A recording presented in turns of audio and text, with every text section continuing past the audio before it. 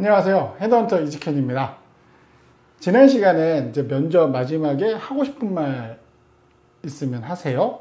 요거에 대해서 이제 어떤 이야기를 해야 될지, 그걸 이제 관통하는 핵심 메시지는 뭔지, 이제 그 이야기를 했고요. 오늘 시간은 만약에 이제 마지막 하고 싶은 말이 아니라 혹시 궁금한 거 있으면 질문하세요 라는 말을 들었을 때 어떤 식으로 이제 대응을 해야 되느냐, 그 부분에 대해서 말씀을 드리겠습니다. 제가 지난 시간에도 말씀드렸다시피 질문하세요 라고 말씀을 만약 면접관이 이야기를 하면 당연히 질문을 해야 됩니다. 그러니까 하고 싶은 이야기를 하는 게 아니라 질문을 하셔야 돼요. 근데 여기서도 앞에 하고 싶은 말하고 공통적인 건 있습니다. 질문을 하더라도 이 질문이 나는 회사에, 이 새로운 회사에 관심이 많고 입사해서 꼭 잘 일을 하고 싶다와 연관성이 있어야 되는 질문을 하셔야 되는 거예요. 그런 이야기를 많이 들어보셨을 거예요. 질문하면 안 되는 것들. 이게 뭐가 있겠습니까? 대표적으로 야근이 많은가요? 연봉 이외에 복지, 현금성 복지는 뭐가 있나요? 포인트는 얼마나 주나요? 콘도는 사용 가능한가요? 건강, 이런 질문을 하시면 안 된다는 건 아실 거예요. 왜냐? 그거는 합격하고 연봉 협상하고 연봉 협상할 때, 처우 협의할 때, 그때 질문하셔도 늦지 않습니다. 그러니까 이게 면접관, 그러니까 면접관은 채용 담당자가 아니잖아요. 그러니까 결국에 내 실무팀장이나 임원 이런 사람이 될 테니까 이런 사람들한테 그런 거를 질문한다는 이야기는 어떤 인상을 주느냐면, 이 사람은 뭐 소위 말하는 이제 다른 거에 관심이 많구나. 이 직무와 업무와 성과보다는 이제 그 다른 회사의 지원 뭐 이런 거에 너무 관심이 많구나. 복리후생에 좀 관심이 너무 많은 것 같다. 이런 인상을 주면 좋을 건 없잖아요, 당연히. 그렇기 때문에 여러분도 아실 겁니다. 이거는 뭐 제가 굳이 이렇게 반복적으로 말씀을 안 드려도 될 거예요.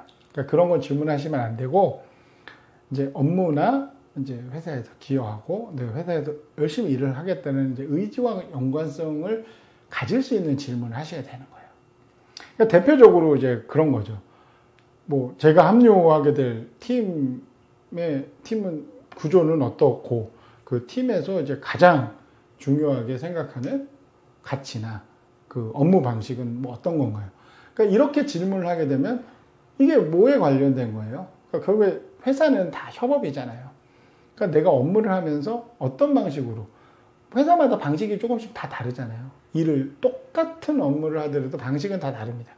그러니까 내가 당신네 회사에 갔을 때 조금 더 빨리 적응하기 위해서 이제 기본적으로 알아야 될 것들, 그거에 대한 질문을 하는 거죠. 그럼 뭐 상대방 입장에서도 이 사람은 좀 업무에 관심이 많구나. 그래서 그런 이 팀 구조, 뭐 방식, 업무 절차, 이제 이런 질문도 좋고요. 뭐 추가적으로 뭐 예를 들면 내가 지원하는 포지션이 뭐 재무 기획 쪽 포지션이다 그러면 뭐 생각하셨을 때 이 포지션이 이제 해야 되는 역할 중에서 이제 가장 중요한 핵심 역량은 뭐라고 생각하십니까? 아니면 어떤 역할을 원하시나요? 그러니까 어떻게 일을 하고 어떤 성과를 기대하십니까? 뭐 이렇게 물어보는 것도 굉장히 좋죠. 누가 봐도 이 사람이 와서 어떤 식으로 일을 하고 성과를 내고 싶어 하는구나 라는 거를 간접적으로 표현을 할 수가 있는 거잖아요. 그러니까 이렇게 업무와 연관된 질문을 하는 게 제가 봤을 때 가장 좋습니다. 원픽인 거죠. 그러니까 마지막 질문하세요 할 때 제일 좋은 게 그거예요. 그거 다음에는 이제 그런 질문도 꽤 괜찮습니다. 그러니까 뭐 직무와 연관된, 뭐 예를 들면 해외 영업이다? 그러면 당연히 어학적인 능력이 중요하겠죠. 그러니까 기본적으로 어학적인 능력을 어느 정도 갖춘 사람을 뽑겠지만, 뭐 예를 들어서 해외 영업을 할 때 지금보다 좀 더 어학적인 능력을 키우고 싶은데 회사에서 이런 어학 능력을 키우는데 지원하는 제도가 있습니까? 이거는 복리, 뭐 야근이 많아요, 언제 콘도 이용하나요, 이런 거랑은 결이 다른 질문이잖아요. 업무랑 연관이 확실하게 있는 질문이잖아요. 그러니까 자기 개발하고. 회사 입장에서는 자기 조직 구성원이 자기의 역량을 키우는 거는 환영할 만한 일이거든요.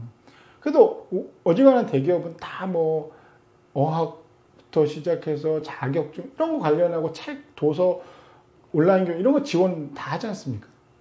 그러니까 그런 관련한 질문을 하는 것도 결국에는 이제 업무랑 연관성이 있는 거기 때문에 굉장히 좀 좋은 질문이라고 생각을 해요.